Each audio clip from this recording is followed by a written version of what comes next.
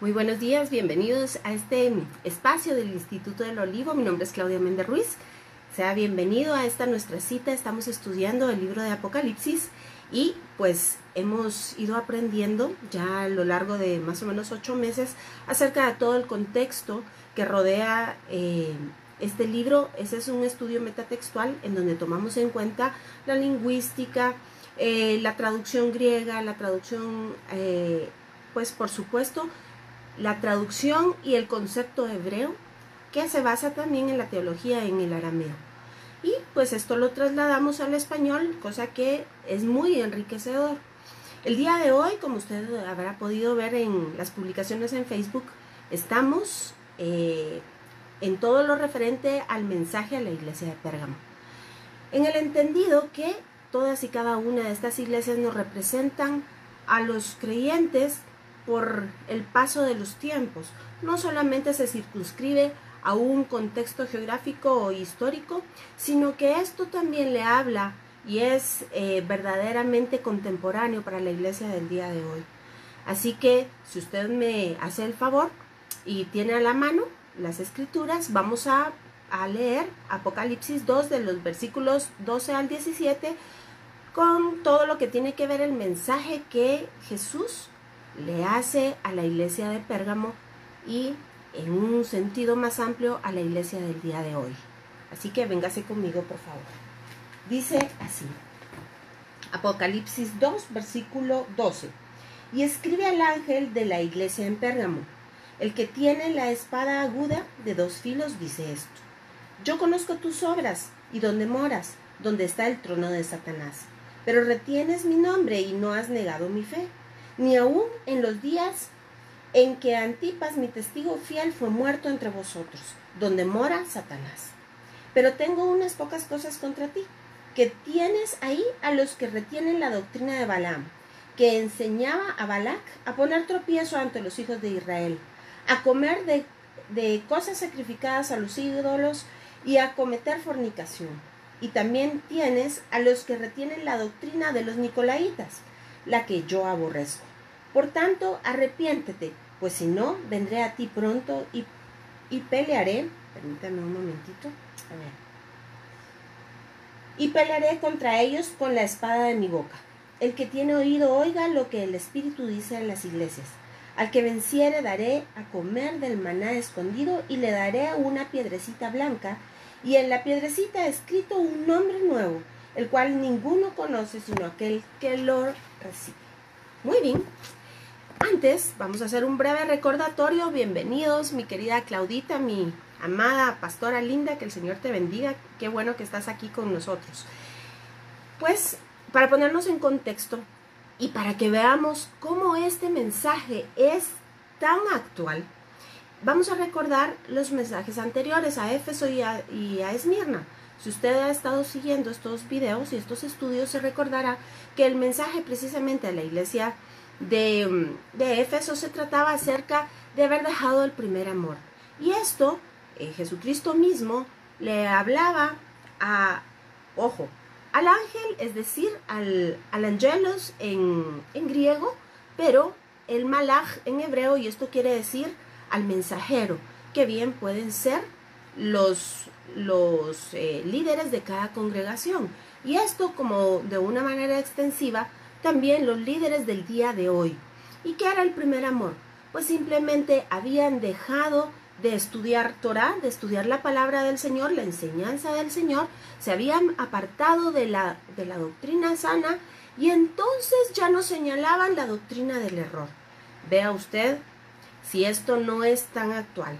El día de ayer, pues por un lado tuve la bendición de escuchar la prédica del pastor Ovalle, que estuvo hermosa acerca justamente de Apocalipsis, pero por otro lado me pasé un momentito en las redes y créanme que no volvía de mi asombro cuando escuché cosas terribles como que la iglesia va a ser arrebatada y entonces unos se van a regresar a la tierra porque van a ser avergonzados. Dígame dónde dice eso. Otros que si no pagan el diezmo entonces no se van en el arrebatamiento. Bueno, una serie de barbaridades. Por otro lado, que Jesús no es Dios, que por otro lado escuché, ¿cómo era la cosa? que Dios había desechado a Israel, porque Israel ya no había entrado más en el pacto con Dios por haber pecado. Y yo le pregunto a todos estos siervos, ¿de dónde sacaron esa doctrina? ¿Y sabe qué es lo peor? No solo lo que estaban predicando es terrible, pero cuánta gente, cuántos hermanos le daban like y les gustaba y ponían amén, amén, amén y corazoncitos. Y realmente créame que me dolió tanto el corazón. Y la palabra dice, porque lo estudiamos precisamente nosotros, que no podemos nosotros quedarnos callados. Justamente ese era el mensaje a la iglesia de Éfeso. No juzgar a quienes lo están hablando, ya el Señor se encargará de cada quien, pero debemos juzgar la doctrina que escuchamos. Y sin ir más lejos, váyase por favor al libro de los Hechos de los Apóstoles y usted verá ahí que claramente se dice que los de Berea, después de escuchar a Pablo, que era Pablo, se iban a sus escrituras a buscar qué decía en el rollo acerca de lo que Pablo les acababa de explicar. Así que si lo hacían con Pablo, dígame usted, ¿cómo no lo vamos a hacer nosotros con quien oímos? Y yo se lo vuelvo a suplicar a usted. Escuche lo que yo le digo e inmediatamente váyase a la palabra y busque si lo que yo le estoy diciendo es verdad. Porque sabe, definitivamente en estos tiempos se ha levantado la doctrina del error, la doctrina satánica, lo hemos estado viendo y lo hemos buscado en las escrituras. Es algo que ya estaba escrito en este misterio de la iniquidad que habla Pablo, del cual ya está vigente desde aquellos tiempos. Déjeme decirle que se han levantado doctrinas demoníacas y el único parámetro real y verdadero es eso, la palabra del Señor. La palabra es sí y amén, es verdad y no es una verdad relativa, es una verdad absoluta. Jesucristo es la Torá viva, Jesucristo es la palabra, es el dabar del Señor. Lo hemos venido estudiando, pero dígame usted, cuando se oyen todas estas herejías, esta apostasía, de lo cual vamos a hablar en un momento, ¿qué debemos nosotros hacer? ¿Debemos apañar esto o debemos ser siervos fieles? Y le pido al Señor que nos permita permanecer firmes, como está escrito en su palabra, para que podamos discernir, dice el libro de Hebreos, entre lo bueno y lo malo. Porque solamente con el escrutinio de la palabra nosotros podemos apartarnos de estas falsas doctrinas. Y sabe, los que hemos sido llamados por misericordia a liderar de alguna manera, es menester hablar la palabra de verdad. Y no importa quién le guste o quién tristemente se aparte, ya eso será responsabilidad del otro. Pero nosotros hemos sido llamados a predicar el evangelio. Esto quiere decir las buenas nuevas de Jesucristo. Y sabe, dice la palabra que si otro evangelio te es predicado, sea anatema. Es cosa seria, mis hermanos, y cosa muy seria en estos últimos tiempos. Y luego pasamos entonces al mensaje de Esmirna. Y usted se recordará que entonces aquí los líderes predicaban una palabra muy linda, pero hacían otra cosa. Y entonces esto es abrirle la puerta al enemigo.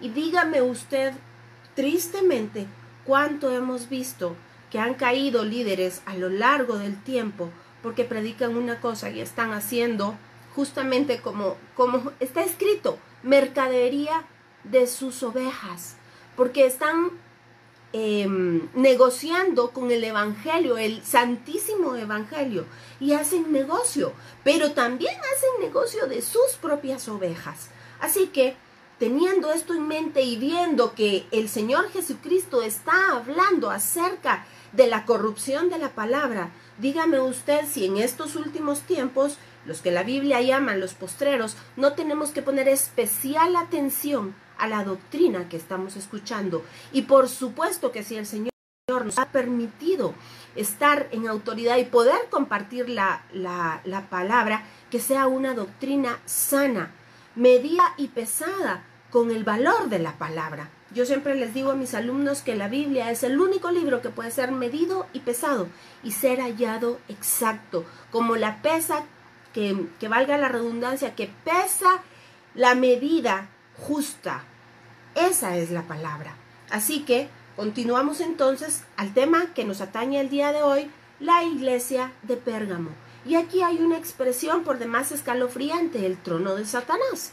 Y vamos a ver de qué se trata. Pero créame y por favor tenga en mente los conceptos de los cuales hemos estado platicando, porque verdaderamente todo tiene una misma relación. Bienvenido, pastor, muchísimas gracias por sus comentarios, le agradezco mucho que esté con nosotros, es un gozo verlo por acá. Así que continuamos. Apocalipsis 2, versículos 12 al 17, mensaje de la iglesia de Pérgamo, y dice así: y escribe al ángel, es decir, al mensajero, al líder de la iglesia en Pérgamo, el que tiene la espada aguda de 2 filos, dice esto. Y yo sé que usted ya rápidamente hizo conexión de todos los pasajes que hablan acerca de esto, y hoy nos vamos a ir a uno específicamente en el Antiguo Testamento. Vea así: Yehoshua, Jesús, le estaba hablando directamente a Juan y se estaba revelando a él mismo para que escribiese todo esto que luego debía de ser entregado a los líderes de esta congregación. Y sabe, es tan importante que el Señor nos lo hace llegar hasta el día de hoy. Pero el Señor Jesús utiliza un texto en Isaías 49, del 1 al 2, que vamos a leer. Y esta profecía de Isaías se refiere al siervo de Hashem, por supuesto, a Jesucristo. Pero la forma textual del hebreo dice el siervo de Hashem. Y dice así: Israel, siervo de Jehová, en el español. Versículo 49. Oídme costas y escuchad pueblos lejanos. Jehová me llamó desde el vientre, desde las entrañas de mi madre, tuvo mi nombre en memoria, y puso mi boca como espada aguda. Me cubrió con la sombra de su mano, y me puso por saeta bruñida, me guardó en su aljaba. Vea qué cosa hermosa esta profecía acerca de Jesucristo. Y es que usted y yo sabemos que efectivamente la carta a los hebreos dice que la palabra de Dios es viva y eficaz y más cortante que espada, dice ahí, de doble filo. Y usted sabe lo que continúa, pero quiero hacer énfasis en la espada de doble filo. Déjeme contarle que en el griego la palabra que se utiliza no es precisamente la de una espada, sino la de un bisturí. Y yo no sé si usted ha tenido la oportunidad de tener entre sus manos un bisturí, pero es un implemento muy pequeño que utilizan los médicos en las operaciones, pero que tiene un filo terrible, terrible. Y entonces la palabra es comparada con un bisturí. ¿Con qué fin? ¿Para qué sirve este instrumento médico? Pues por supuesto con el fin de sajar la carne y hacer una medida por demás precisa en el lugar exacto de la necesidad. Y es por eso que precisamente después el autor de la carta a los hebreos nos dice que es capaz de separar el alma y el espíritu, de ir hasta los tuétanos, hasta lo más interno. Esta es la palabra que es viva y eficaz, porque efectivamente corta en el lugar exacto de la necesidad.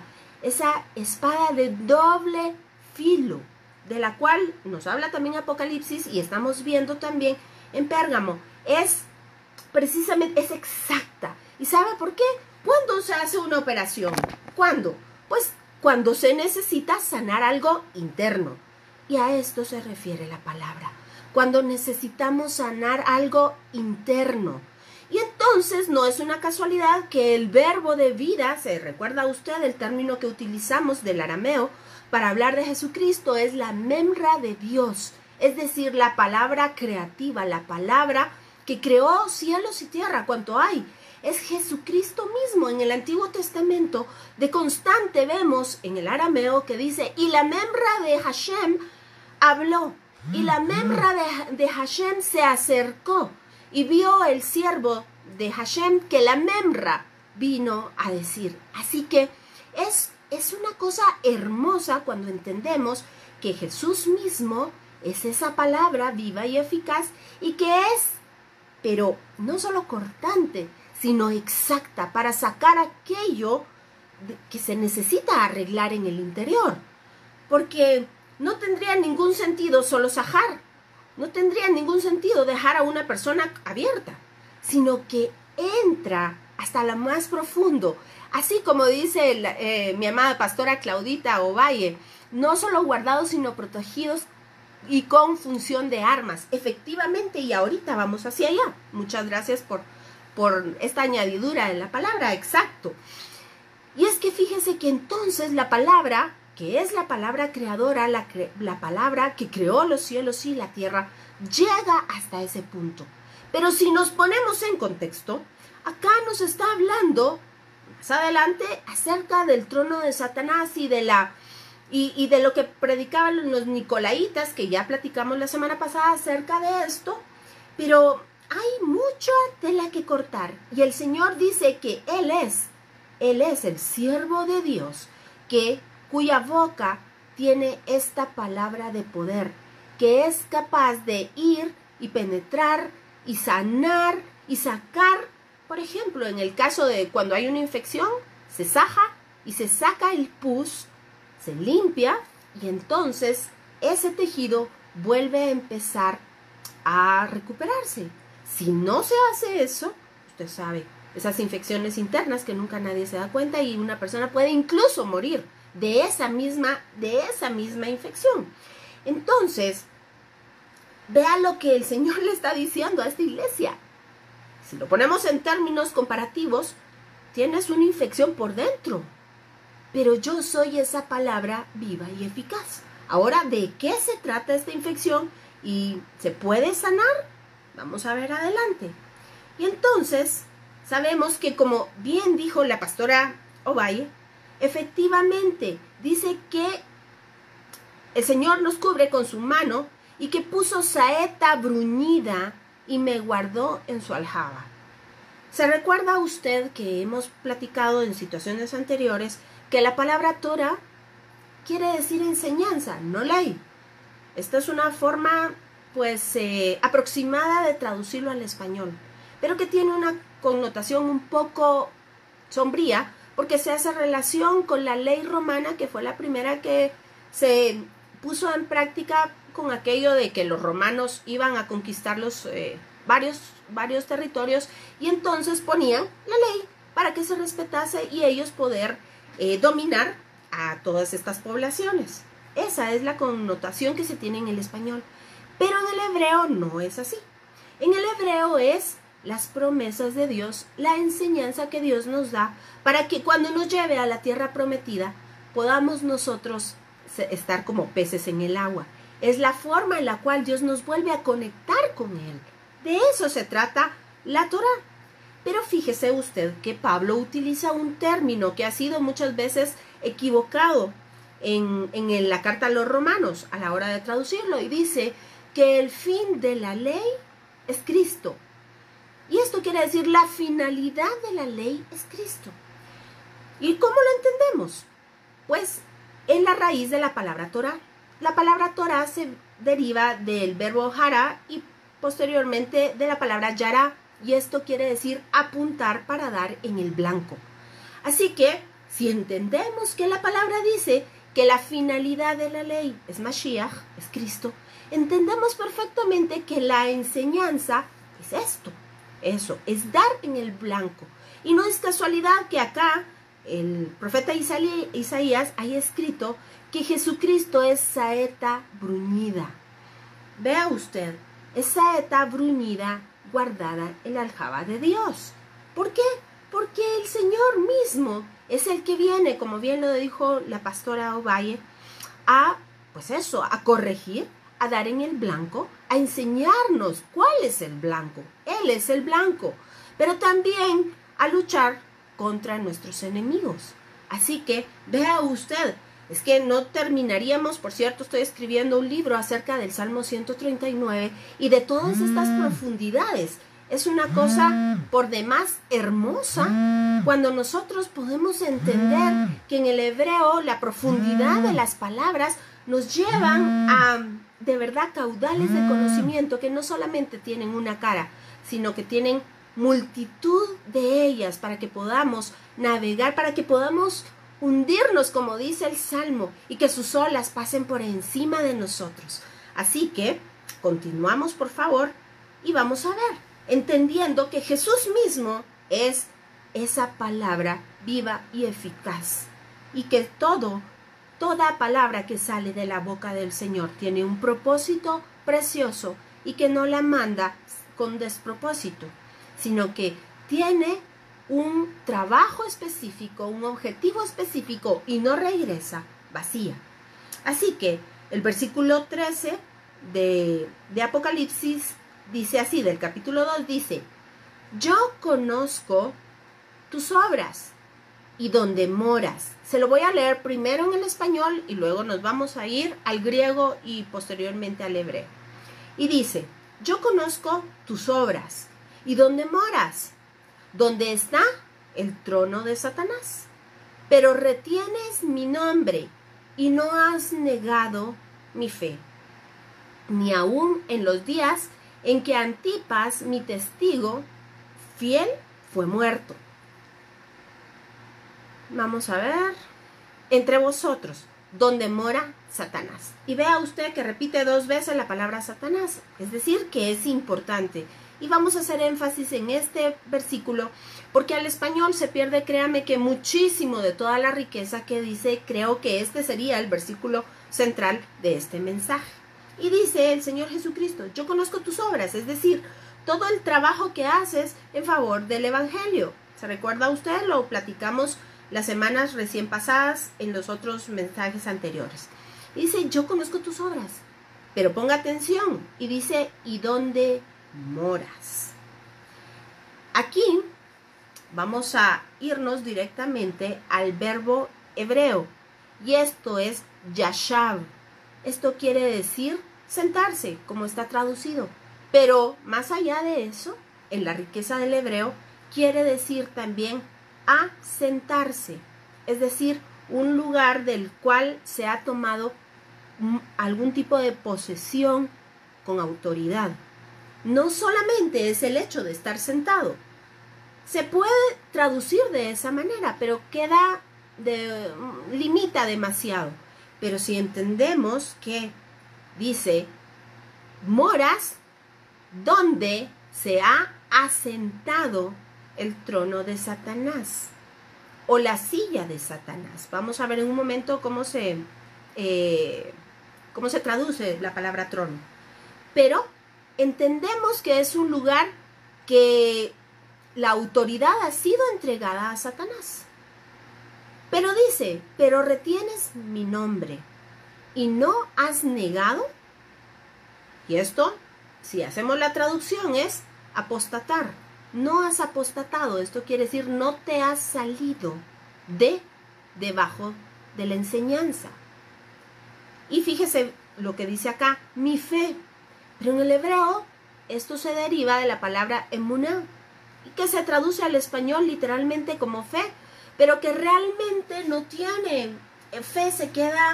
Nos da una impresión muy corta de esta palabra, porque cuando vamos a los textos, al español, en Hebreos y en otros capítulos, y lo leemos, pareciese ser que la fe es nuestra, pero resulta ser que no, porque Efesios capítulo 2 dice claramente que el ser salvos no es por medio de las obras para que nadie se gloríe, sino que por medio de la fe.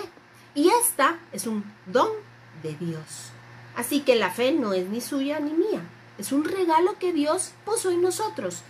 Y si quisiésemos acercarnos de una mejor manera a los conceptos, diríamos que la fe es la fidelidad de Dios que respalda nuestra vida. Así que nosotros creemos porque Él es fiel y nos permite que creamos. ¿Ve usted cómo se amplía el concepto? Así que cuando Oseas dice: porque el justo vivirá por fe, no crea que porque primero hemos sido justificados, dice Romanos, gracias a que Él es justo. Entonces Él impone en nosotros su justicia.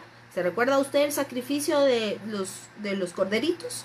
Y nosotros imputamos en Él nuestra maldad y nuestro pecado. Esto es ser justificados. Y ahora tenemos paz para con Dios. ¿Por medio de quién? De Jesucristo. Porque usted y yo somos la última obra de arte terminada en encaje déjeme contarle que no, es porque Él es fiel. Así que el justo es el que ha sido justificado. Vivirá por fe.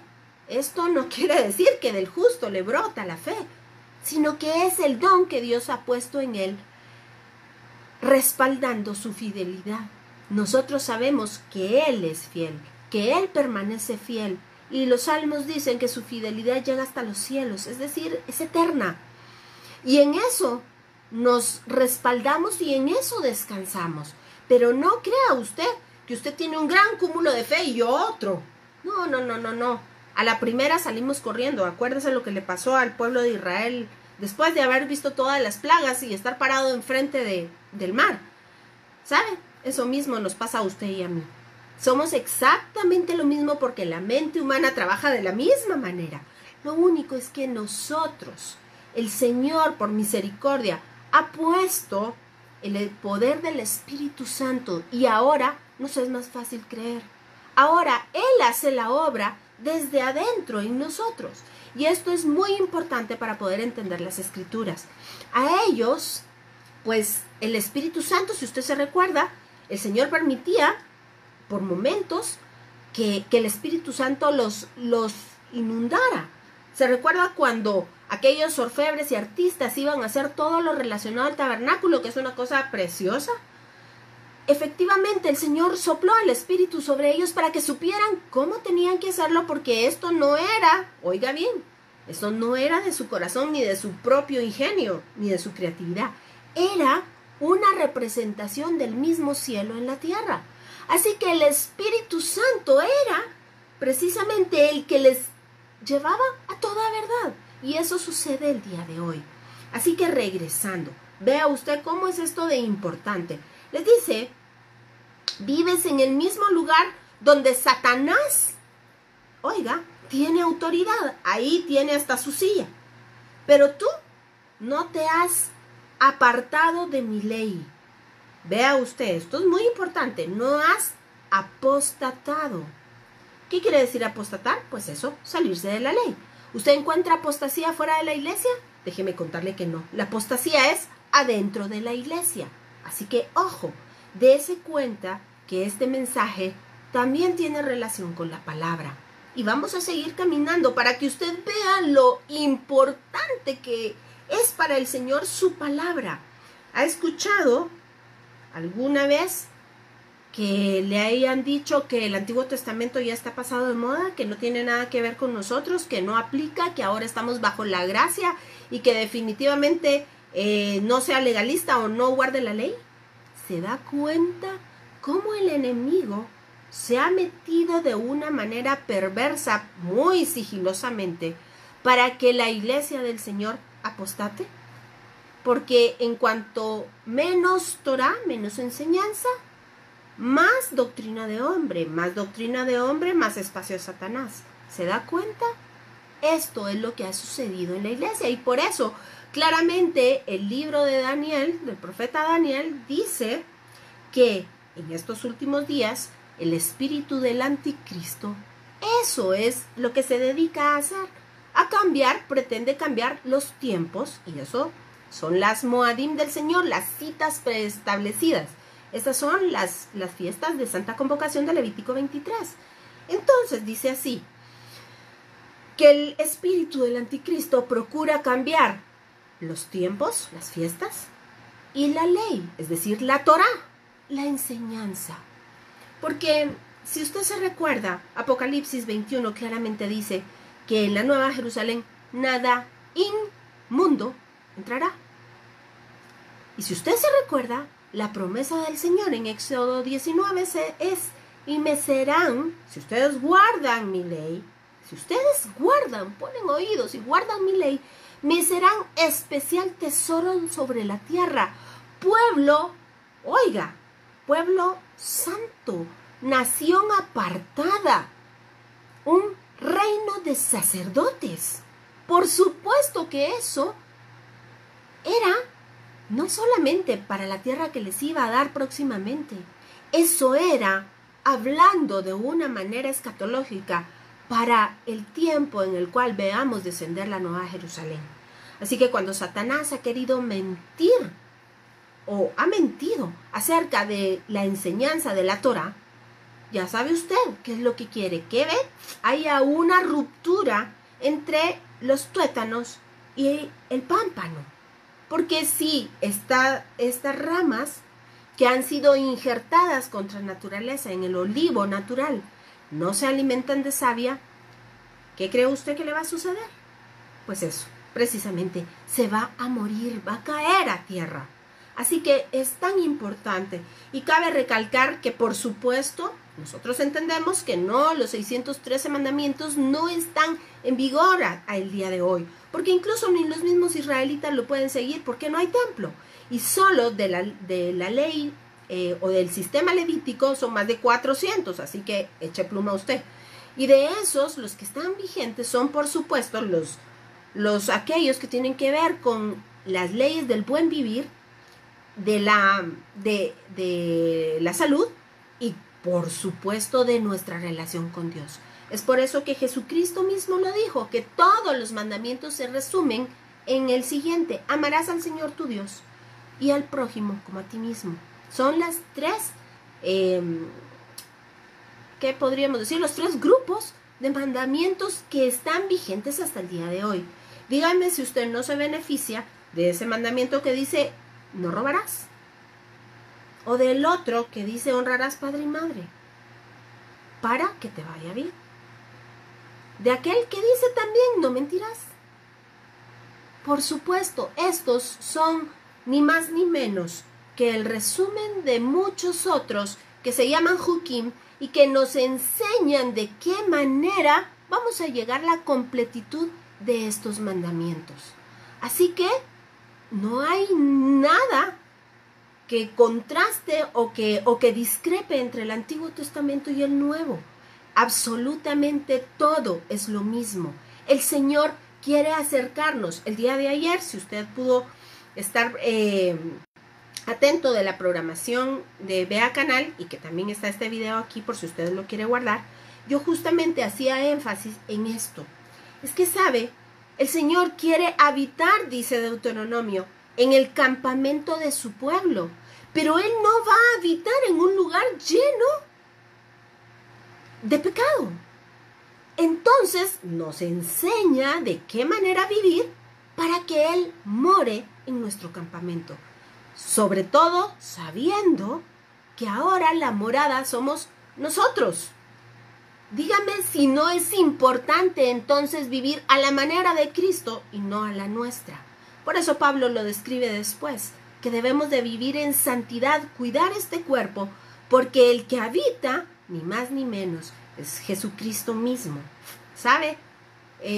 La carta a los Romanos dice un versículo hermoso en el capítulo 5, versículo 5, y dice: el amor de Dios ha sido derramado en nuestros corazones. Y esta es la esperanza que no avergüenza. Porque ¿sabe usted quién es el amor de Dios? Jesucristo mismo. Así que, teniendo esto en mente, vamos a seguir descifrando de qué se trata este versículo. Y me voy a permitir volvérselo a leer en el español. Y vamos a irle agregando lo que ya vamos conociendo. Así que, empecemos. Versículo 13, capítulo 2, Apocalipsis. Bienvenida, Lucila. Qué bueno tenerte por aquí. Y dice así: yo conozco tus obras, es decir, tu trabajo, y donde moras, el lugar en donde se asienta Satanás, donde está su trono. Pero retienes mi nombre y no has apostatado acerca de mi fidelidad, es decir, no te has salido de la enseñanza. Aún en los días de Antipas, mi testigo, y es aquí también donde debemos hacer una aclaración, en el original debiese traducirse así: de Antipas, mi testigo, mi fiel, muerto. Y el verbo en griego que se utiliza aquí es avektani. La expresión completa es avektani par ginin. Esto es en griego. Y dice: entre vosotros donde mora Satanás. Y ahorita le voy a explicar yo qué quiere decir esto. Dice, déjeme hacerle una una puntuación en esto que es importante señalar. ¿Se recuerda usted que hace unas tres semanas más o menos hablamos acerca de la decadencia que sufre la iglesia, que poco a poco va llegando hasta el punto más bajo de su existencia, o bien, en el caso de Filadelfia, como partiendo de cierto lugar, al contrario, se va purificando? Pues déjeme contarle que el mensaje a Éfeso, entendemos que es el punto más bajo, por haberse apartado de la Torá, por haber dejado el primer amor, por hacer contrario a lo que dice la Torá. Por supuesto, se le abrió las puertas a Satanás y entonces llegaron al punto donde Satanás mismo ha tomado la autoridad. Tiene su trono en este mismo lugar. Así que las iglesias o los mensajes que nos precedieron, Éfeso y Esmirna, fueron nada más esta escalinata para que nosotros entendamos hasta dónde puede llegar el nivel más bajo por la apostasía, por retirarse de la palabra, por no ser fieles al testimonio de Jesucristo. Así que, ahora bien, es importante entender que todo sistema, óigalo bien, no estoy hablando solamente de religiones, todo sistema que niegue que Jesús es Dios, óigalo bien, todo sistema que niegue que Jesús es Dios es un sistema en donde tiene la autoridad Satanás. Esto no es una cosa extraña, pero déjeme contarle que dentro de las mismas organizaciones religiosas hay varios sistemas que niegan que Jesús es Dios. ¿Y qué dice Pablo al respecto? Si cualquiera niega que Jesús vino en carne, ponga atención a lo que le estoy diciendo. Si cualquiera niega que Jesús vino en carne, es anatema, es apóstata. Ponga atención. ¿Qué sucedió de acuerdo a Hechos con relación a Jesucristo en el momento preciso en el cual Jesús fue apresado? Usted sabe que dice el libro de Hechos que se reunieron todos, Poncio Pilatos, los fariseos, todos los hebreos, en contra, ponga atención, ponga mucha atención de lo que le estoy diciendo, en contra de Jesús para apresarlo. ¿Cierto o no es cierto?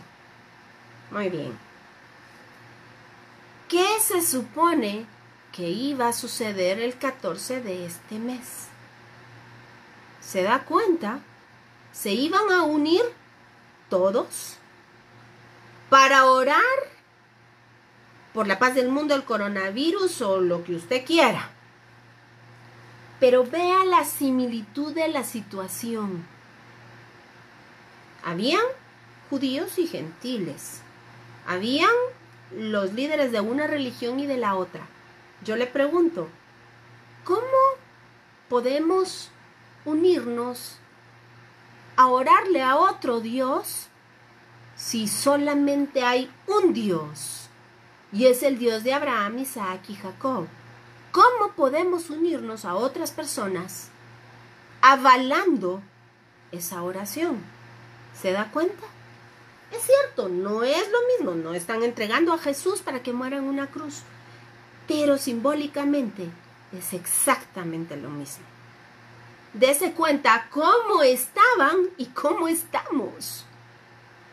Y como le repito, estoy hablando de sistemas económicos, políticos, culturales y religiosos. No podemos apañar esto. No podemos apañar estar venerando ídolos de la clase que sea.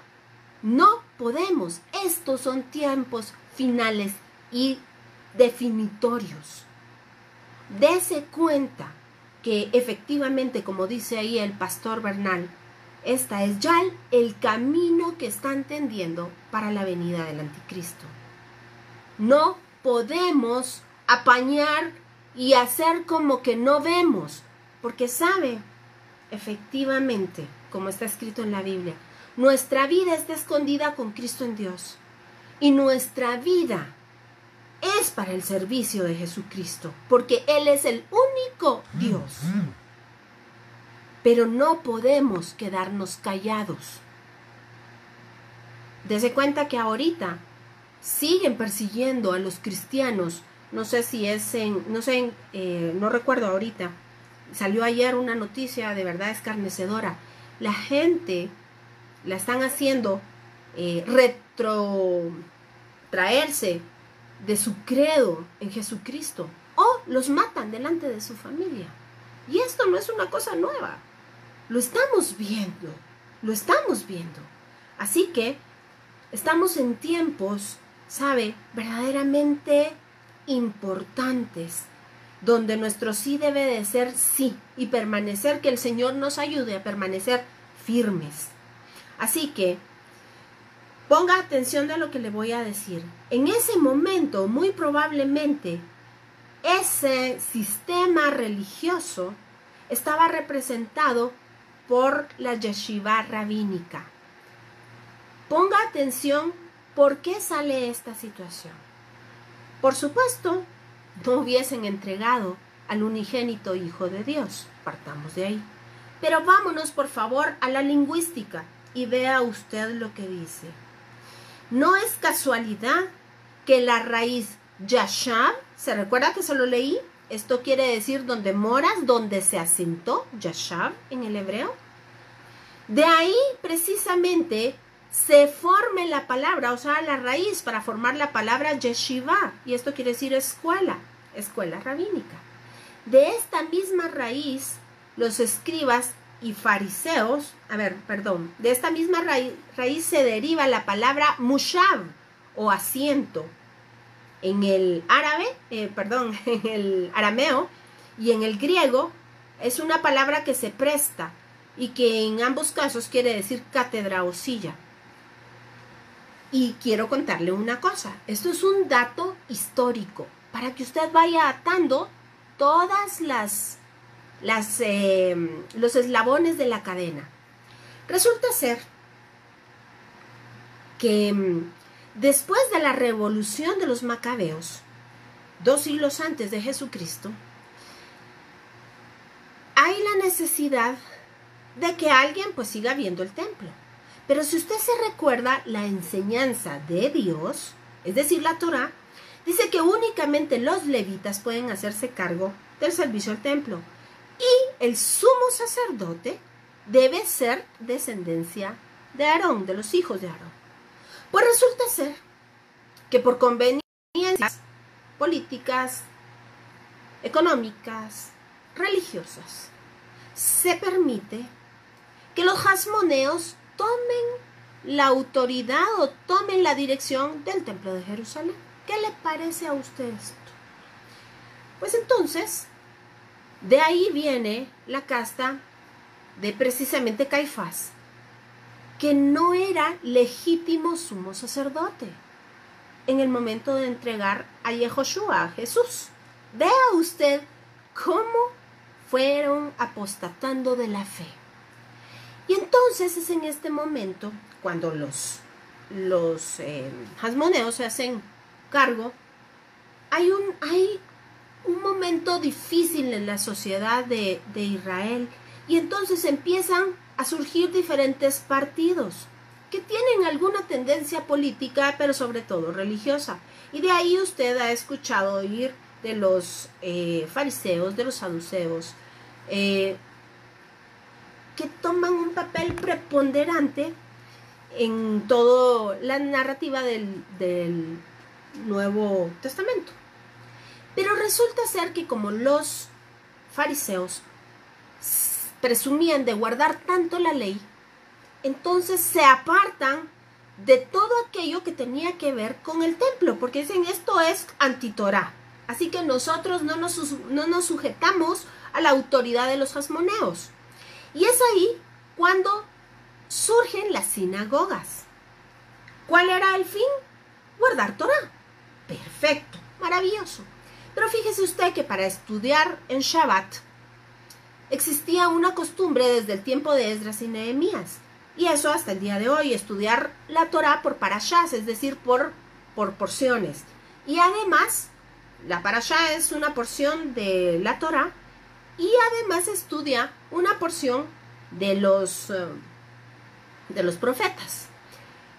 Existe la costumbre de hacer aliyá, es decir, la persona que llega a lo que nosotros conoceríamos como altar y se sube, hace aliyá, se hacen 7 aliyás. Pero hay una persona que extiende los rollos del libro y esta se sienta en la silla de Moisés o la cátedra de Moshe.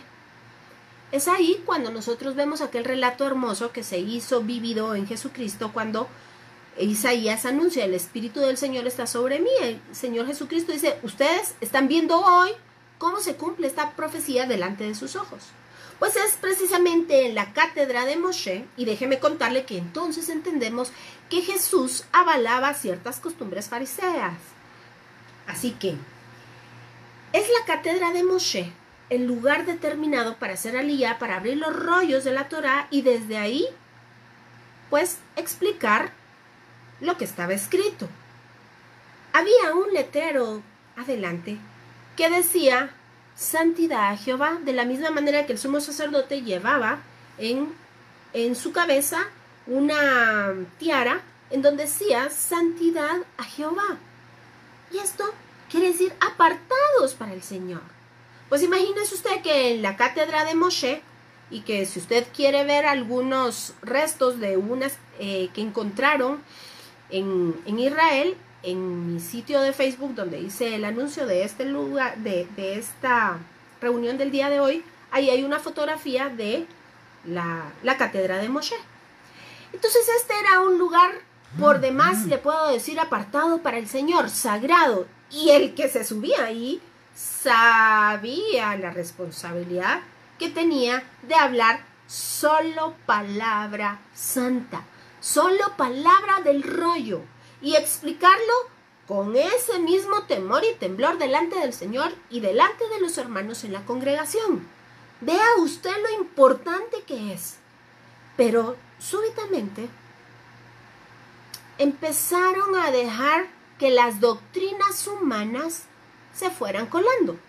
Y es que aquí es importante entender otro evento cultural.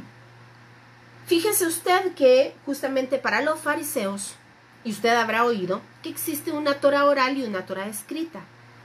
La Torá escrita es lo que nosotros conocemos como la Biblia. Ellos lo conocen como Tanaj. Y es precisamente lo que Dios le entregó a Moisés en Sinaí. Es la enseñanza, la palabra que sale de la boca de Dios. Pero para los fariseos existía también esta Torá oral. Y ponga mucha atención acá.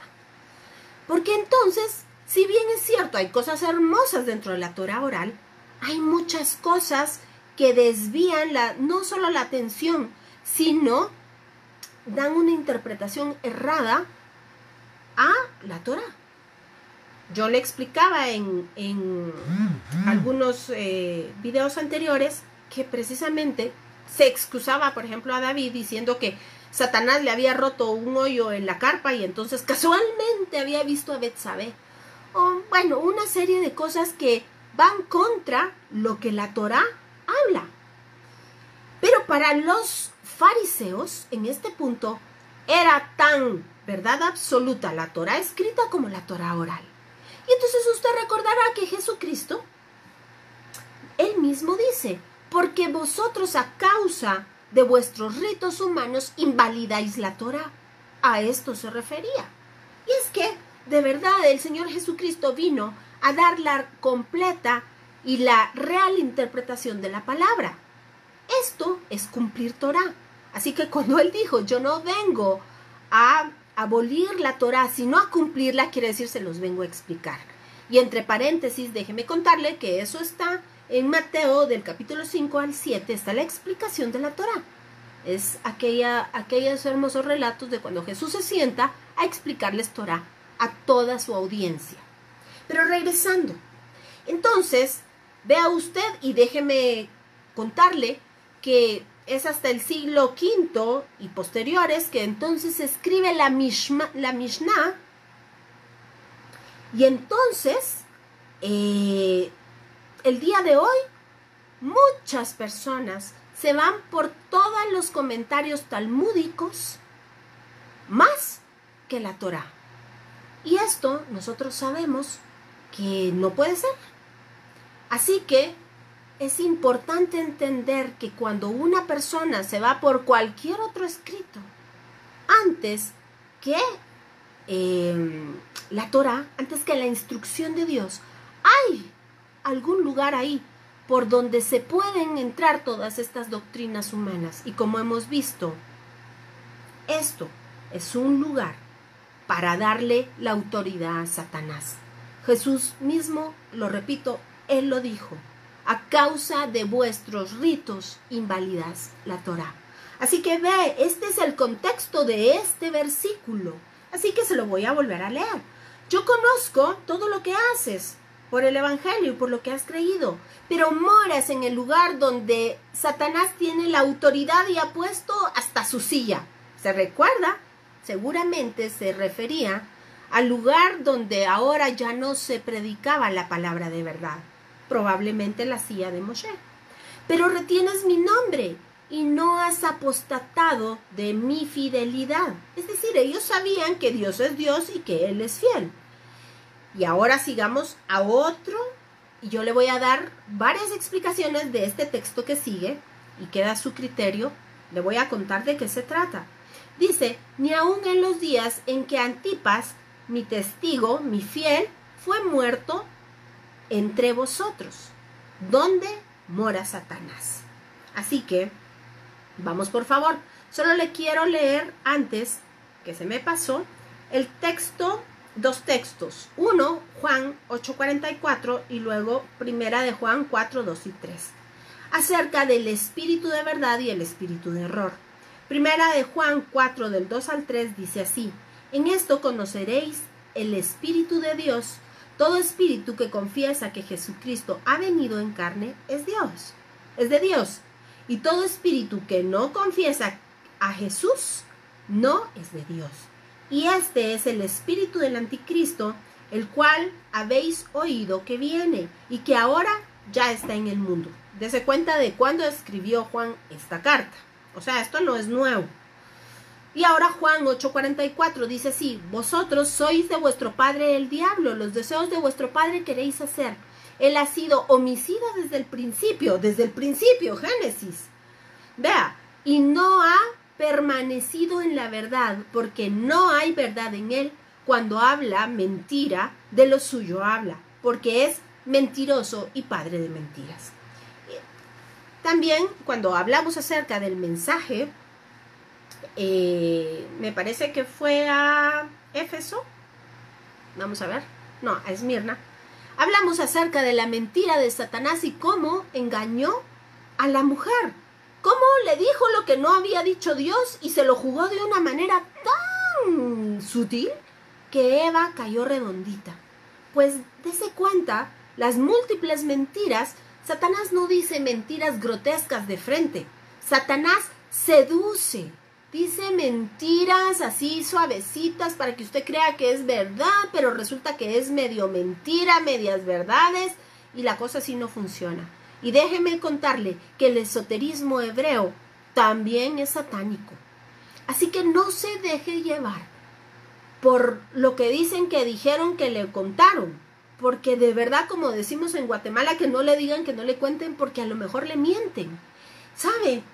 Por eso le hacía yo relación de la Mishnah, que fue escrita hasta en el siglo V, y toda la serie de comentarios talmúdicos, de los cuales hay muchos que son preciosos, hermosos y podemos tomar, pero hay muchos que son satánicos. ¿Y sabe cuál es la medida que debe regir nuestro criterio? La palabra de Dios. Y por supuesto, nosotros ahora tenemos la revelación del Evangelio. Así que es importante que nosotros primeramente conozcamos los evangelios, y al decir evangelio me refiero a todas las buenas nuevas, desde que Jesucristo fue revelado en carne, es decir, las cartas a los apóstoles y por supuesto Apocalipsis. Pero esto lo tenemos que saber en la punta de la lengua, para no ser engañados por falsos vientos de doctrina. Aquí hay otro texto de 2 de Tesalonicenses 2:7 y se lo voy a leer en dos versiones. Una, la Biblia, la LBLA, que dice así: porque, ponga atención, el misterio de la iniquidad ya está en acción, solo que aquel que por ahora lo detiene, lo hará hasta que él mismo sea quitado de en medio. Y nosotros los cristianos hemos entendido que esto es la Iglesia o el Espíritu Santo. Pero un comentario judío dice que esto más bien podría referirse a alguna situación política que se estaba viviendo en el tiempo de los tesalonicenses, cuando Pablo escribe todo esto. Y es importante establecer la relación con todo lo que estamos viviendo, cómo las situaciones políticas y económicas vienen a tomar un papel determinante si nosotros se lo permitimos.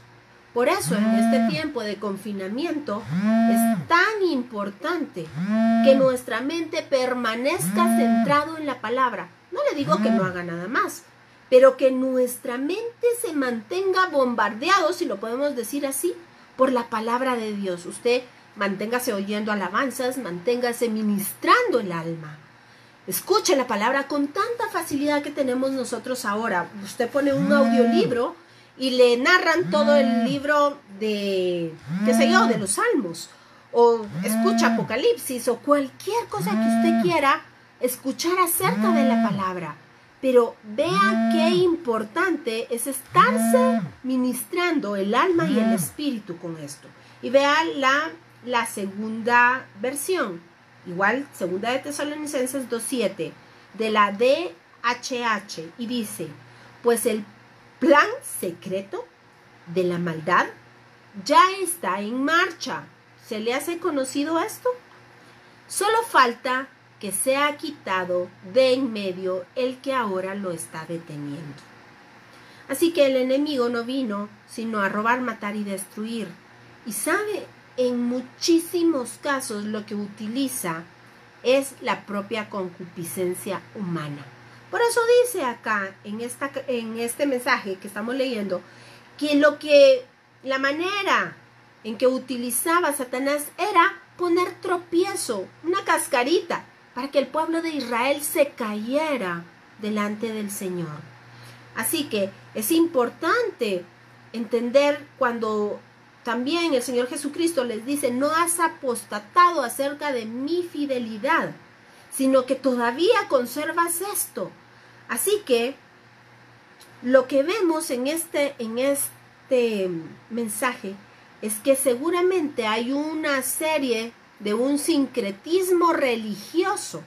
Ponga atención, sincretismo religioso, porque por un lado está asentado el trono de Satanás, pero por otro ellos no han apostatado acerca de la fe, de la fidelidad del Señor.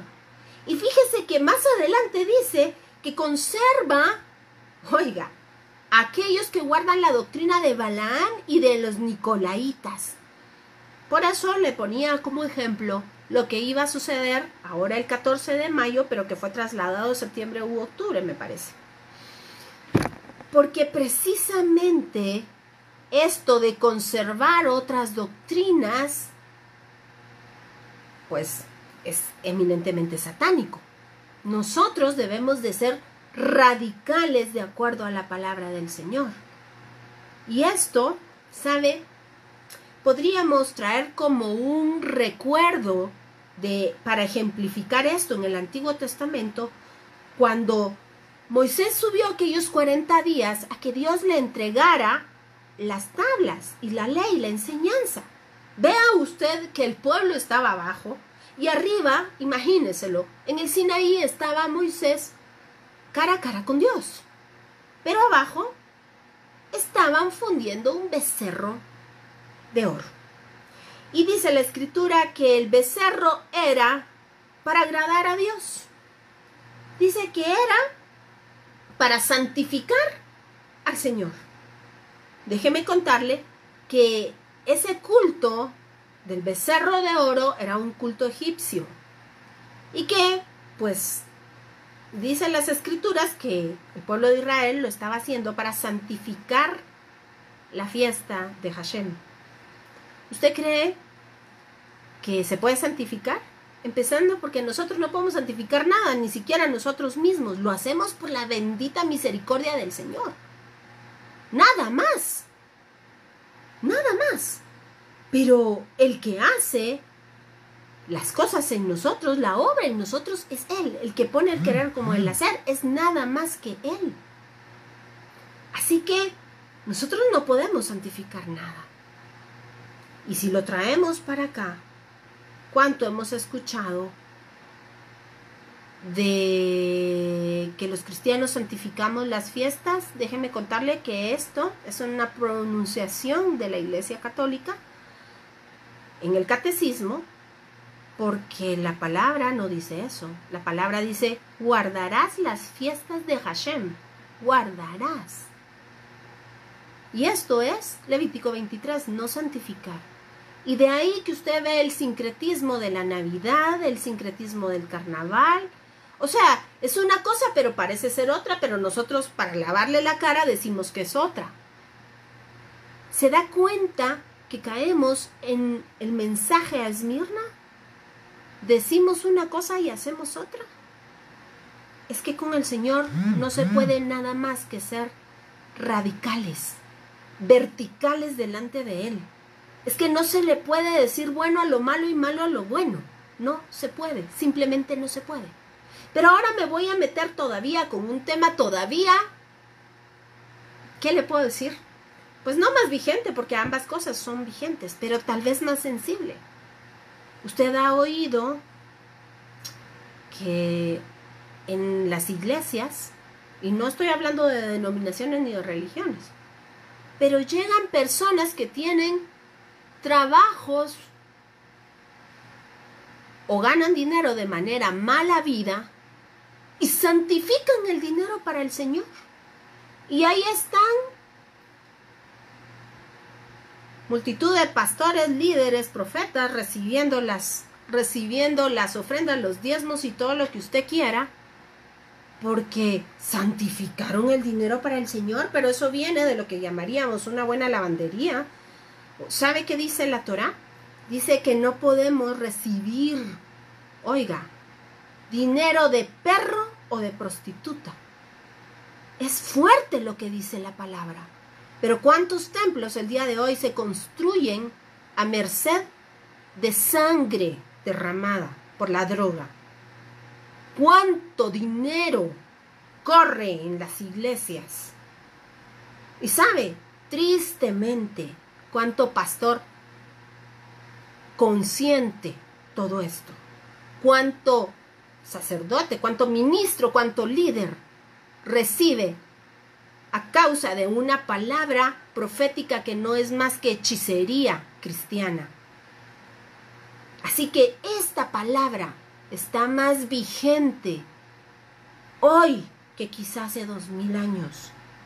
Porque sabe, vemos por las redes sociales hermanitos cristianos con páginas de el zodíaco y el no sé qué, y qué te va a pasar el día de hoy, y una serie de barbaridades, pero se paran a predicar, pero se paran o ponen en su muro aquel montón de versos hermosos bíblicos. ¿Qué nos está pasando? Dese cuenta que cuando se apañan estas cosas, verdaderamente Satanás se mete. Así que la iglesia debe de ser vertical. Debe tener una plomada, y esa plomada se llama la palabra de Dios. Nada más, nada más. Porque efectivamente el Señor nos va a pedir cuentas a usted y a mí, de lo que digamos, pero también de lo que hagamos. Yo no puedo estar aquí predicándole todo esto si me voy a dar vuelta a recibir quién sabe qué, o a poner un negocio de no sé qué. ¿Con qué cara delante del Señor? Es que sabe, ya no, ni siquiera es delante de los hermanos, es delante del Señor. ¿Con qué cara? ¿Con qué cara? Y justamente como lo dice la pastora Ovalle, se les olvida que Dios lo ve absolutamente todo y Él escudriña la mente y el corazón. Por supuesto. Pero mire, este mensaje no es para los de aquel entonces nada más. Este mensaje es para el día de hoy. Así que vamos a continuar para entender quién era Antipas. Y no crea que la cosa se pone muy suave. Así que el entendimiento hebreo dice, si tu Gemara, es decir, si tu conclusión va en contra de la Torá, tu Gemara está equivocada. Así que no podemos sumar 2 más 2 diciendo que la Torá dice 6 porque no cuadra. La Torá es la Torá, la enseñanza de Dios es una y así es y la debemos de respetar. Entonces, para continuar acerca de que Antipas es mi testigo, mi fiel, y dice que fue muerto entre vosotros donde mora Satanás. Dice la tradición, y esto quiero que usted por favor lo entienda tal y como es, no podemos aseverar absolutamente nada, pero la tradición establece que Antipas fue un obispo de Pérgamo, a quien supuestamente Juan había ordenado allí, que fue condenado a morir en lo que se llamó el toro de bronce, que posteriormente se convirtió en una de las torturas favoritas de la Inquisición. Y déjeme contarle de qué se trataba esto.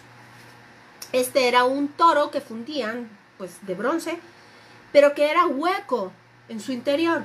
Y entonces el condenado era metido ahí en forma fetal.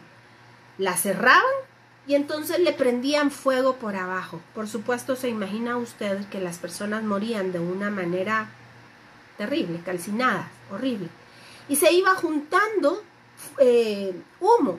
Entonces el toro tenía en la nariz unos orificios y unas válvulas para que pitara. Y esto servía de entretención para todos los que miraban. Esta es una explicación que se da, como le explico, perdón la redundancia, de acuerdo a la tradición. Esta tortura fue empleada por el emperador Domiciano en el año 92.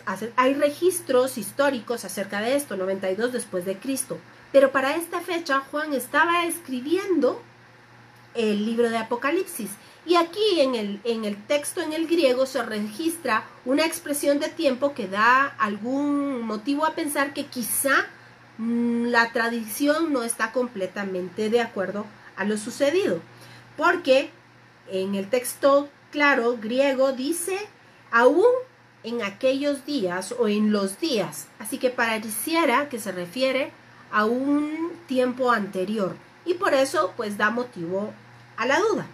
Ahora bien, de acuerdo al experto en lenguas semíticas, el doctor Eric Rodríguez explica que podría ser una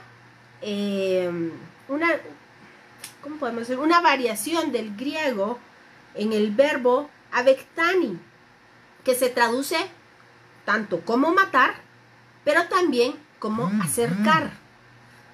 Y esto entonces podría leerse: aún en los días de mi siervo, de mi fiel, el cual fue acercado a ustedes donde mora Satanás. Esta raíz también ha causado conflicto en aquella parte de la Biblia escrita por Pablo en Corintios, donde dice que la ley mata. ¿Se recuerda usted? Bueno, pues es justamente la misma raíz, donde en el hebreo entendemos claramente que la ley no mata, sino que acerca. Y pues usted puede entender con todo lo que platicamos con anterioridad cómo Cristo vino a darle un nuevo nivel de interpretación y la ley efectivamente apunta a Cristo. Es justamente la trayectoria de la flecha que lleva a dar en el blanco, Jesucristo. Así que esta podría ser también otra interpretación. Ahora bien, vamos a ver. Esta podría ser otra interpretación. Utilizando la regla hermenéutica del Notaricón, y le voy a leer qué es el Notaricón textualmente. El Notaricón es una de las 3 técnicas de exégesis en la que se basa la gematria, es decir, el valor de los números, y la temurá. Las iniciales de una serie de las palabras forman otra palabra, que añade un significado oculto al literal. Esto es propiamente exégesis hebrea. Así se toman las iniciales de los 4 sentidos de la escritura. Vea usted, en clases anteriores, en otros cursos, lo hemos explicado con más detenimiento. Los niveles de entendimiento, de acuerdo a la exégesis hebrea, son 4. El Peshad, el Remes, el Darash y el Sod. El Peshad es propiamente el literal. El Remes es aquel que hace un cruce de citas. El Darash es aquel que ya tiene algún nivel de revelación porque hace cierta, no subjetividad, pero sí interpretación. Y el Sod es aquel que solamente Dios revela. Así que, tomando la primera letra de estas palabras, se forma la palabra Pardes. Y esto quiere decir, Pardes, jardín del Edén. O sea que el paraíso es la Torá, la propia palabra. Esto es un ejemplo del Notaricón. Otro ejemplo está en Deuteronomio 30:12. Si tomamos la inicial de cada palabra de la pregunta, ¿quién subirá por nosotros a los cielos? Ponga atención, esto es hermoso en verdad. Y lo hicimos nosotros como una especie, como una exégesis de acuerdo a la gematria. Usted puede verlo en videos anteriores. Cómo se descompone el nombre del Eterno y hay unas letras que descienden a la hora de los holocaustos y luego suben a estar todos en el trono de Dios. Por supuesto, se lo estoy diciendo muy rápidamente y a esto se refiere Isaías cuando dice, y su nombre será uno, y Dios será uno. Así que, por supuesto, habla de Jesucristo en su venida a la tierra, hacer Él la ofrenda. Pero tomando esto en mente, le repito entonces, ¿quién subirá por nosotros a los cielos? Usted sabe quién. Pero se obtiene como resultado la palabra milá. Y esto en hebreo quiere decir circuncisión, que es un sinónimo de la enseñanza de la palabra de la Torá. Y tomando la última letra de cada palabra, se forma la palabra Yod He Vav He, que usted sabe que es el nombre, el tetragramatón del nombre de Dios. Así que la respuesta a esta pregunta es entonces, la palabra, la ley, la enseñanza, se reunirá con Dios. Así que esto es otra manera de la exégesis judía. Así que, aplicando esta regla de interpretación, en el griego antipas significa lo siguiente. Anti, contra, pas, padre o en contra del padre, o lo que se opone al padre. Así que entendemos que Antipas fue puesto para oponerse al padre, que hace completo sentido con relación a lo que hemos venido hablando acerca del trono de Satanás y la autoridad que Satanás toma por lo ya expuesto anteriormente. Así que quizá entenderíamos que hay una oposición o que entenderíamos que hay una contradicción de términos, porque dice Antipas, mi fiel. ¿A qué se refiere esto? Bueno, pues resulta ser que esta es la misma expresión que se ha utilizado para Judas. Y es que Judas fue fiel a su maldad. Así que muy probablemente el sentido que se esté dando a este texto es que tanto Judas como Antipas fueron puestos en ese lugar para que se cumpliese lo que Dios ya tenía preestablecido para que sucediese. Y entonces aquí podemos sacar a colación el texto de Hechos 4:27, del cual yo le había hablado con anterioridad, y lo vamos a poner en contexto. Hechos 4. A ver, dice así. Hechos 4:27, perdón, es 27 y 28.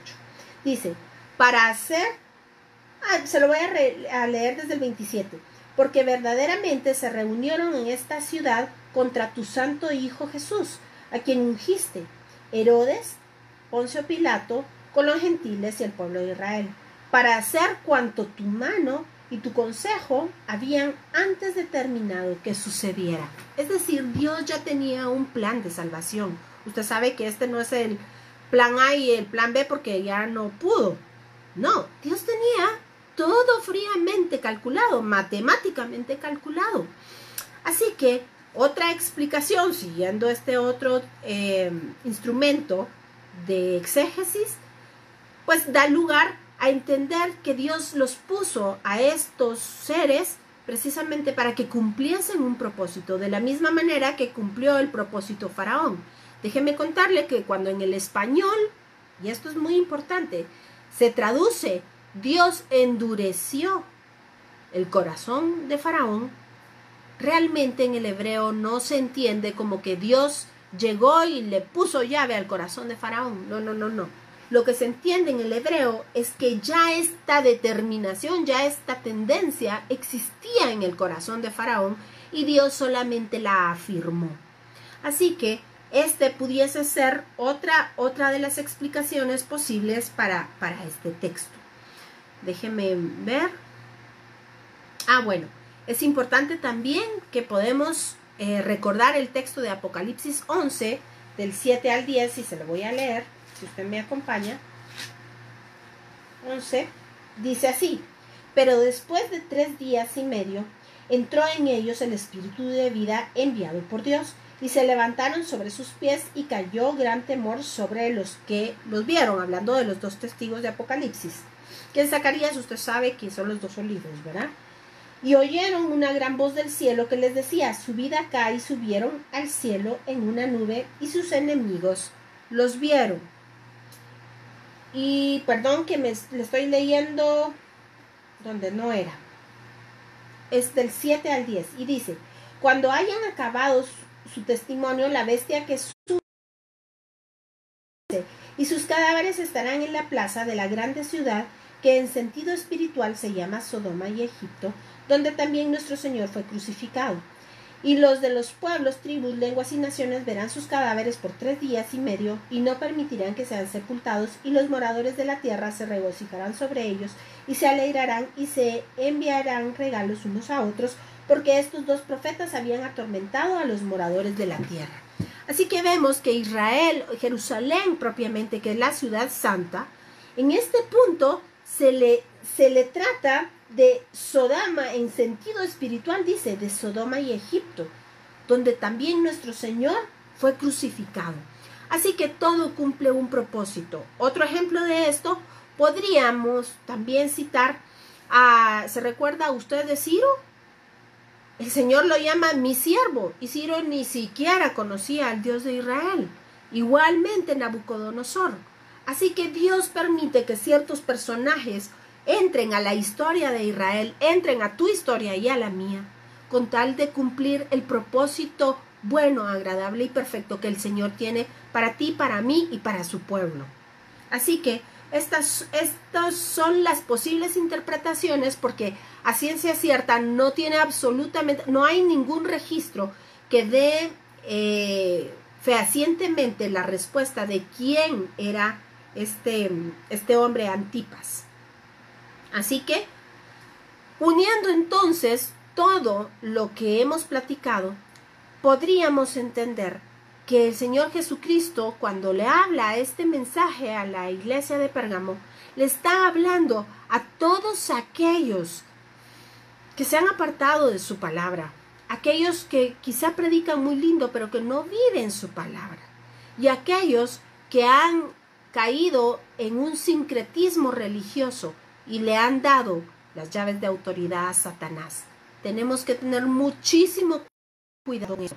Así que todas estas explicaciones realmente convergen en el mismo lugar: la importancia de la palabra. Todo lugar donde no se predique de constante la palabra de Dios tal y como es, se convierte en el trono de Satanás. Por supuesto, no le digo que no nos podamos equivocar. Nosotros, los seres humanos, no estamos libres de las equivocaciones. No somos infalibles. Infalible solamente es Dios.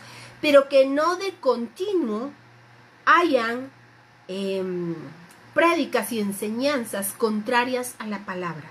Usted debe ser capaz de poderlo discernir, como repito, y por eso es tan importante estudiar. Así que continuamos con el versículo 14. Pero tengo unas pocas cosas contra ti, que tienes ahí a los que retienen la doctrina de Balaam, que enseñaba a Balac a poner tropiezo ante los hijos de Israel, a comer cosas sacrificadas a los ídolos y a cometer fornicación. Y aquí, aunque ya lo explicamos con anterioridad, ¿se recuerda usted que Balaam había vivido aproximadamente unos 1300 años antes de este relato? Fue un brujo que quiso destruir a Israel, pero Dios no lo permitió. Así que la única manera que tuvo fue hacer caer a Israel, enseñándole a Balac a poner tropiezo de dos maneras. Una, con comidas que no eran permitidas, y dos, con las prostitutas. Dese cuenta que muchas veces en el relato bíblico hay manera, de esta forma los pueblos que quieren destruir a Israel les tiran, como le decía yo, la cascarita para que estos caigan delante del Señor. Así que el tropiezo era, como lo repito, con prostitutas y con comida. Pero yo hoy día le voy a hacer una analogía. Porque mucho oímos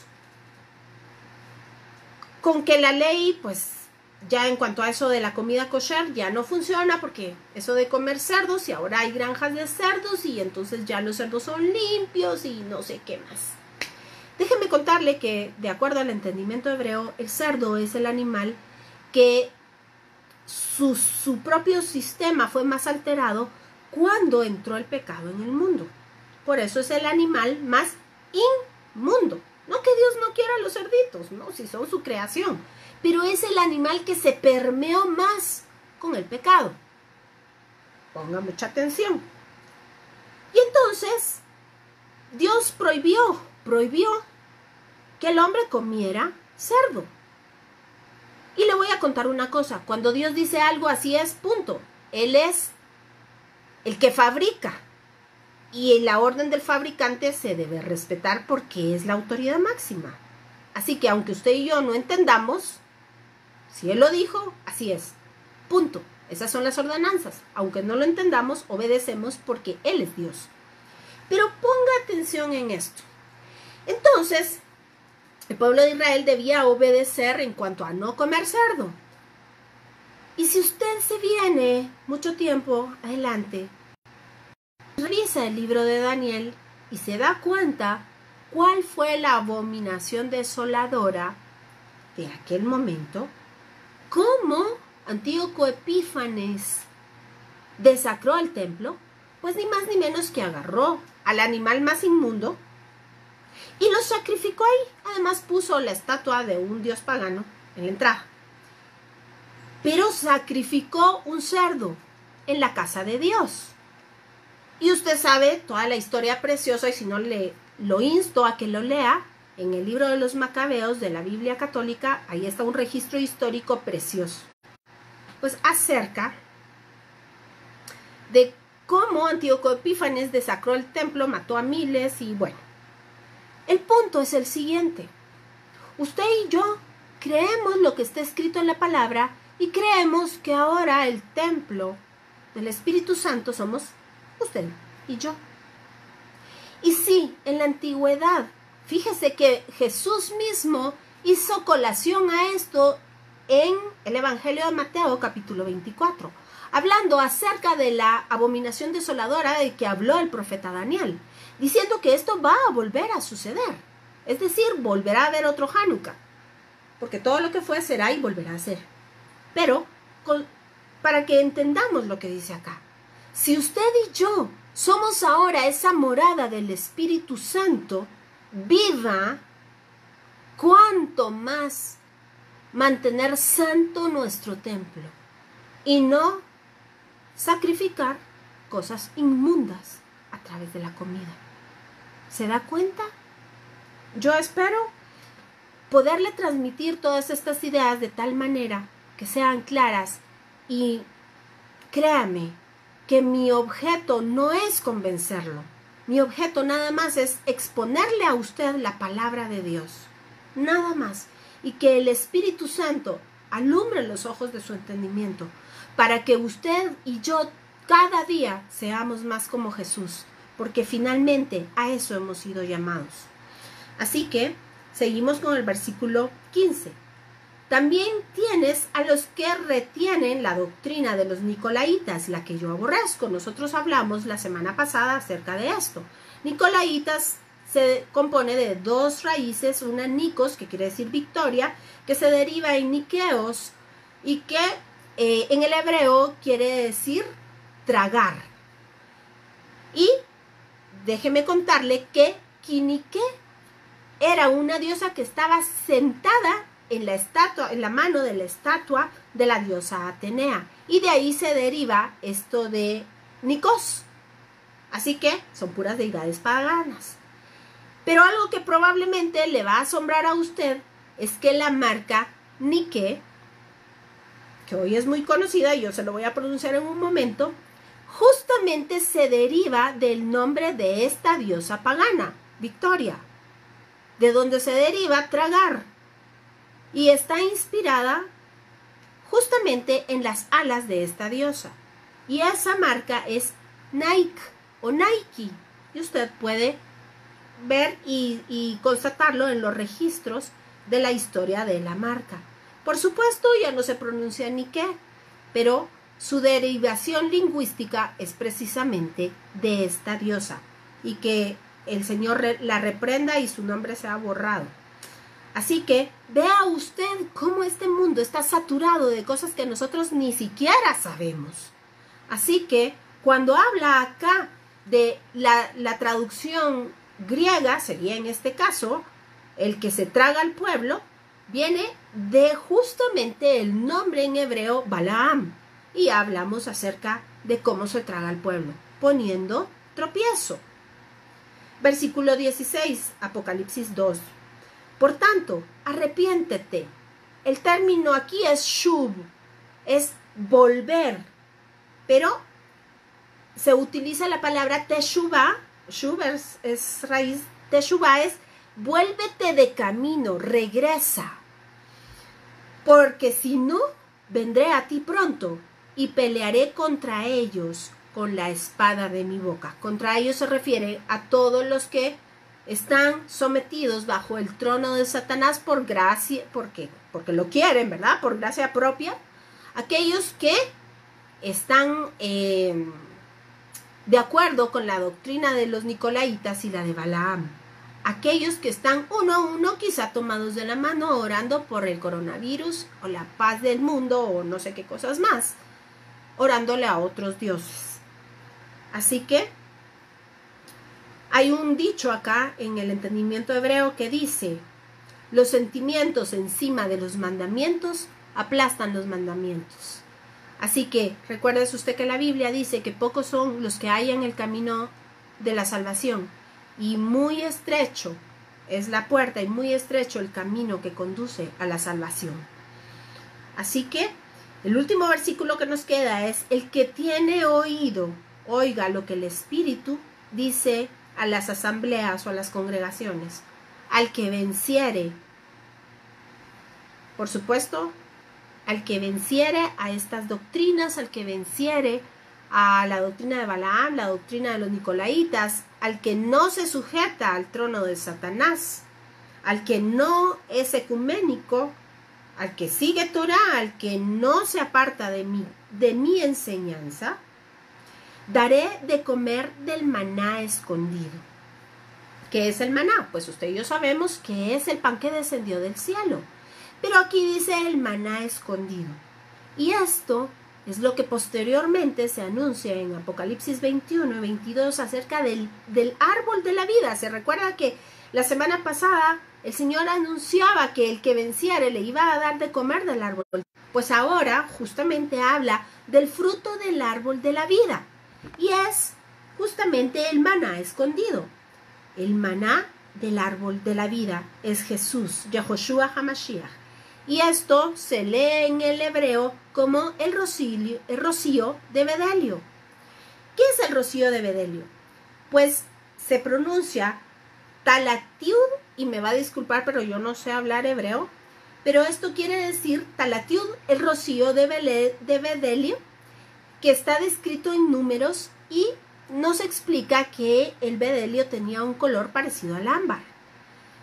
Pero también vea usted los viajes lingüísticos del hebreo. Se puede traducir como rocío de bedelio o como el cordero de bedelio. Y el cordero de bedelio es aquel que se sacrificó en Génesis en una piedra. El bedelio era una piedra que estaba en el nacimiento de aquel río que se dividía posteriormente en 4, ¿se recuerda usted? Que está descrito en Génesis, y de donde, dice la tradición, ahí Dios sacrificó al cordero para vestir a Adán y a Eva del pecado.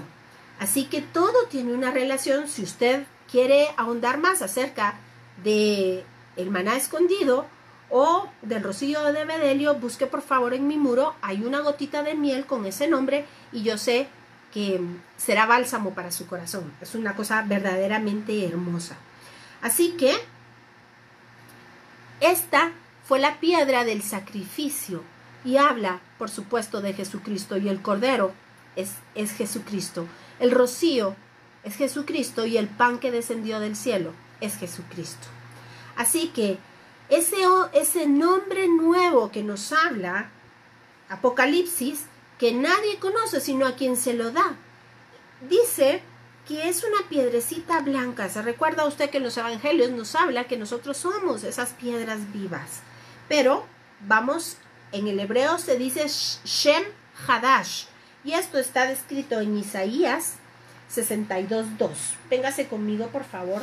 Isaías 62:2 dice así: entonces verán las gentes tu justicia, y todos los reyes tu gloria, y te será puesto Shem Hadash, un nombre nuevo, que la boca de Hashem nombrará. Es decir, se te dará una nueva fama. Cuando en el hebreo hablamos de nombre, es una nueva fama, es una nueva esencia. Tal y como Dios le dio esa nueva fama, esa nueva herencia y esencia a Abraham, se recuerda, al ponerle la H y a Sara en su nombre, de eso nos está hablando el Señor. Así que ese nuevo nombre saldrá de la boca del Señor para el que venciere, ¿sabe? Para pasar una eternidad con Él, con Cristo Jesús. Así que espero que el día de hoy no se haya asustado con todo lo que hablé, pero no podemos quedarnos callados y apañar todo lo que el mundo está predicando y atestiguando en contra de la palabra. Así que el Señor lo bendiga, y con el favor del Eterno lo espero la próxima semana, que estaremos estudiando Apocalipsis capítulo 2, de los versículos del... creí que se había cortado. De los versículos del 18 al 29, en donde el centro es el mensaje de Tiatira.